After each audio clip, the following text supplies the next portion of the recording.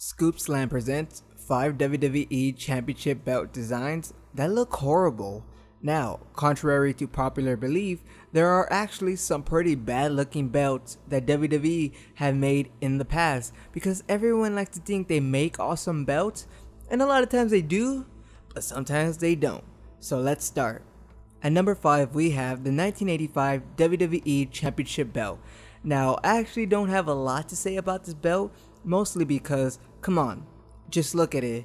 Look at how basic the belt is. The squares on the belt straps do not even stand out one bit, other than it just looks like a mural. It's probably a mural for how bad in dead this belt looks. Though I do think the eagle part of the belt looks alright, the part next to the words heavyweight wrestling and champion just look really weird. I honestly can't even point out what they are. This whole design for the belt just confuses me as to why anyone would make something so cheap looking. Plus, it just looks like a slimmed down version of what was the famous National Wrestling Alliance Championship Belt. This belt reminds me of just that, a belt. Something that holds your pants up and is not a prestige championship that is earned by the best of the best superstars. I mean, look at how it looks on the waist of the immortal Hulk Hogan. Case in point. At number 4 we have the WWE Tag Team Championships, specifically the ones that are being displayed on TV at this very moment, because the ones before weren't actually that bad looking and they had something to them. But come on, you can't tell me when you see the New Day or the Primetime players walk out into the ring with the tag belt, you don't see a big penny on their waist, because that's all I see, a giant penny.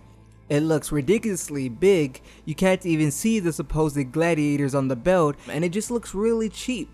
When you think of a championship belt, it's supposed to be prestigious and something you wouldn't find at your local flea market. It just saddens me that the WWE went from these to this.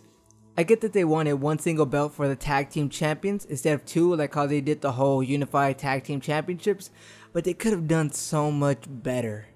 At number 3 we have the Hardcore Championship. Now I know, you might be saying, you actually like this championship, but let me tell you something. I think everyone likes the matches that were done with the Hardcore Championship belt on the line, because as we all remember, they were pretty extreme. Heck, Mankind held the belt at once as well, and we all know he does some crazy stuff in matches. The championship is essentially the old winged eagle belt that had been smashed apart, put back together, and then held intact with a strip of tape that had the word hardcore written on it. The belt basically looks like something dragged out of a trash by a backyard wrestling promoter who didn't want to spend money on a championship. Ultimately, it was supposed to represent the wrestlers who put their bodies on the line night in and night out for some brutal matches, but all we got was a band-aid. At number 2, it is the Divas Championship. Do you ever wonder why WWE created the Divas Championship and changed it from the Women's Championship? I like to think it's that the WWE really wanted to market their women wrestlers division better, which they call the Divas division, but the real answer is that WWE just thinks all women are about butterflies, rainbows, princesses, and they can't get down and dirty and do some work. I mean, even NXT has a title called NXT Women's Championship, and they even give the women time to wrestle, which would be anything more than 5 minutes on the main roster.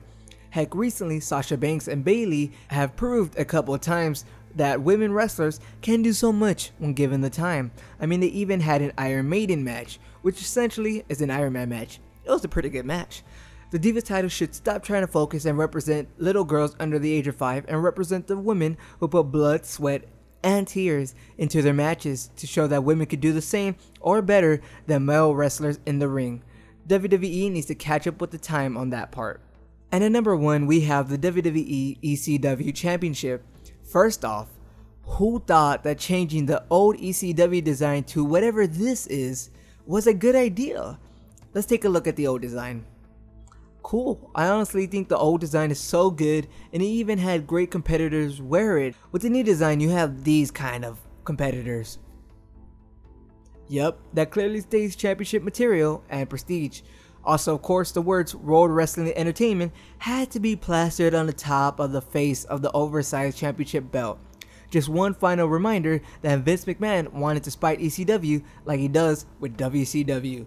This was a time when ECW was clearly on its last legs in the WWE since resurging back in the year 2006, with it being an offshoot show from Monday Night Raw and Friday Night SmackDown.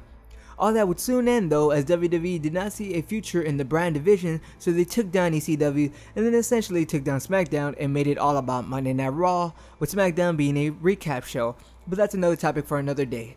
I assume we can all agree though that Santino Marella made a better champion than Vince McMahon with the ECW Championship.